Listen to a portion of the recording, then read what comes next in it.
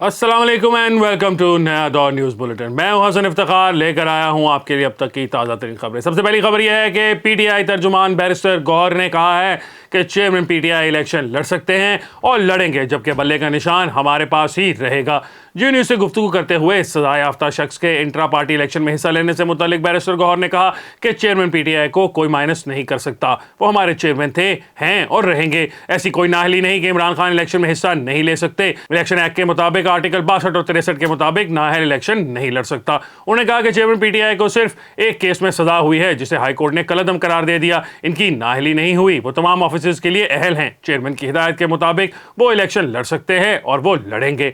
Election commission के फैसले पर पीटीआई तर्जुमान का कहना था कि इलेक्शन कमीशन के फैसले से बहुत अफसोस हुआ। इलेक्शन कमीशन ने इंसाफ के तकाजे पूरे नहीं किए हैं। किसी खास मकसद के लिए इस फैसले में ताखीर की गई। उन्होंने मजीद कहा कि बल्ले का निशान हमारे पास रहेगा। हम इस ऑर्डर को मुनासिब फोरम पर चैलेंज करेंगे। अगली खबर यह है कि गैर कानूनी यहूदी बस्तियां मसला फ़लस्तीन के हल में सबसे बड़ी रुकावट हैं। ये कहना है पाकिस्तान का।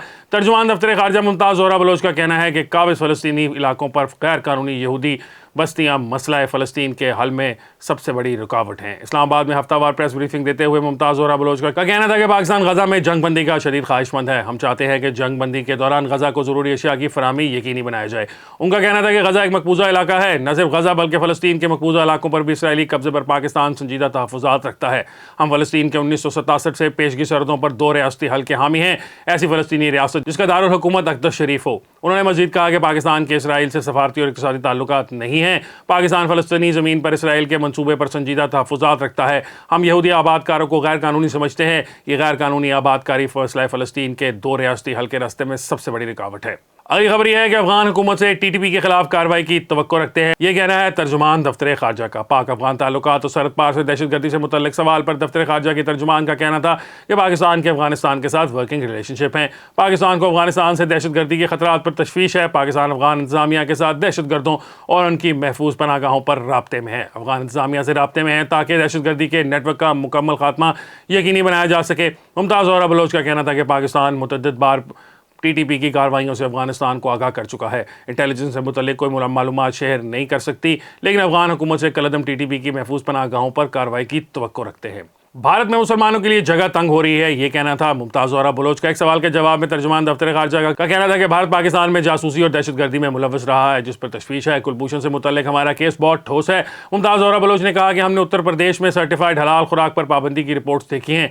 ये रियासती पुष्पराही में भारतीय अक़लियतों के खिलाफ इक़दाम और इस्लामोफोबिया की अक्कास है। ज़ाहिर होता है कि भारत में मुसलमानों के लिए स्पेस कम हो रही है। अगली खबर यह है कि पीटीआई ने 20 रोज में इंट्रा पार्टी इलेक्शन न कराए तो बल्ले का निशान नहीं मिलेगा। ये कहना है इलेक्शन कमीशन का। इलेक्शन कमीशन पाकिस्तान ने पाकिस्तान तहरीक इंसाफ के इंतखाबी निशान से मुतल्लिक दरखास्त पर फैसला सुना दिया। इलेक्शन कमीशन ने इंट्रा पार्टी इंतखाबात से मुतल्लिक पीटीआई को 2 अगस्त को भी नोटिस जारी किया था कि इंट्रा पार्टी इलेक्शन न कराने पर पीटीआई को बल्ले के निशान के लिए नाअहल क्यों न किया जाए। समाअत के दौरान पीटीआई के वकील बैरिस्टर गौहर ने बताया था कि इंट्रा पार्टी इलेक्शन पार्टी आइन में तरमीम से पहले हुए, बाद में हमने तरामीम वापस ले ली हैं।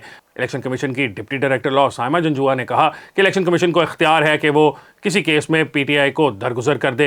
इलेक्शन कमीशन ने PTI intra party election commission से मुतल्लिक 13 दिसंबर को फैसला महफूज किया था। इलेक्शन कमीशन के जारी किए गए पहले से लिखे गए फैसले में कहा गया है कि पीटीआई के इंट्रा पार्टी इलेक्शन आइन के तहत शफाफ नहीं थे। पीटीआई इंट्रा पार्टी इंतखाबात दुरुस्त नहीं थे। इलेक्शन कमीशन के मुताबिक पीटीआई इंट्रा पार्टी इलेक्शन आइन के तहत 20 रोज़ के अंदर इलेक्शन कराए। पार्टी इलेक्शन न कराने पर इंतखाबी निशान के लिए नाअहल हो जाएगी। अगली खबर यह है कि शहरियार आफरीदी और शंदाना गुलजार की एमपीओ ऑर्डर्स कलअदम करार देने की दरखास्तों पर फैसला महफूज। इस्लामाबाद हाई कोर्ट ने पीटीआई रहनुमा शहरियार आफरीदी और शंदाना गुलजार की एमपीओ ऑर्डर्स कलअदम करार देने की दरखास्तों पर फैसला महफूज कर लिया। इस्लामाबाद हाई कोर्ट के जस्टिस बाबर सत्तार ने दरखास्तों पर समाअत की, जिस दौरान डिप्टी कमिश्नर इस्लामाबाद के एमपी ऑर्डर जारी करने के इख्तियार पर भी दलाइल मुकम्मल किए गए। दरखास्त गुजार के वकील शेर अफजल मरवत पेश हुए, जिस पर इन्हें तहरीरी दलाइल जमा कराने की हिदायत की गई। डिप्टी कमिश्नर इस्लामाबाद के इख्तियारात से मुतल्लिक अदालत ने 2 अदालती मुआवनीन मुकर्रर किए थे।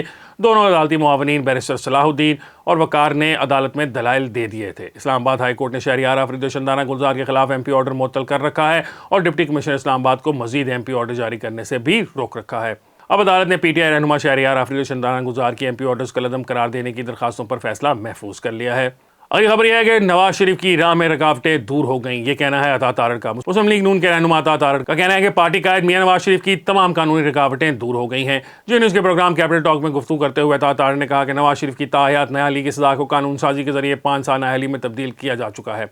انہوں نے بتایا کہ اب کوئی سیاستدان 5 سال سے زیادہ نااہل نہیں رہ سکے گا۔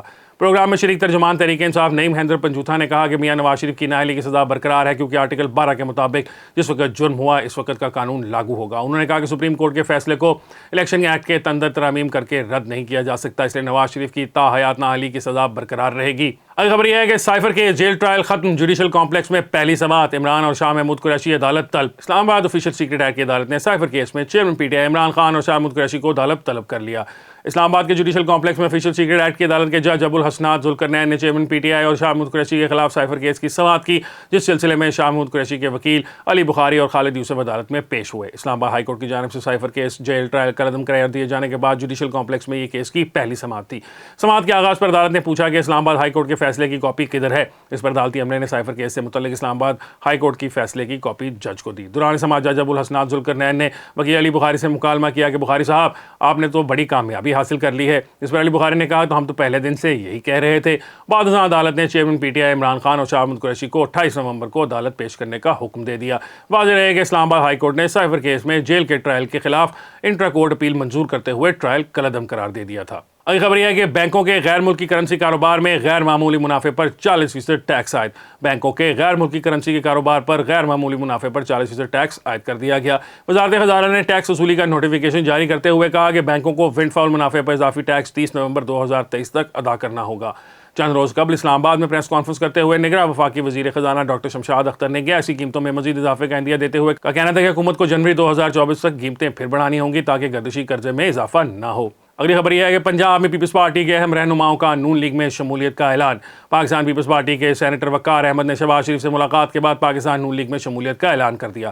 پریس کانفرنس میں سینیٹر اور سابق وزیر وقار احمد نے کہا کہ پی پی شہید کے بعد پارٹی میں لوگوں کے تعلقات کی حیثیت تبدیل ہو گئی ہے۔ سابق اراکین پارلیمنٹ مخدوم مبین عالم، مسعود عالم اور دیگر کی جانب سے بھی نون لیگ میں شمولیت کا اعلان کیا گیا ہے۔ پاکستان پیپلز پارٹی رہنماؤں کی نون لیگ میں شمولیت کے موقع پر پاکستان نون لیگ کے صدر شہباز شریف نے کہا کہ نون لیگ انتخابات میں کامیابی کے بعد عوام کو معاشی ترقی کا تحفہ دے گی۔ ان کا کہنا تھا کہ نواز شریف کی قیادت میں وفاق اور اکائیوں کے وسائل میں اضافہ ہوگا۔ وفاق کی نمائندگی، مضبوطی اور ترقی مسلم لیگ نون کا مشن ہے۔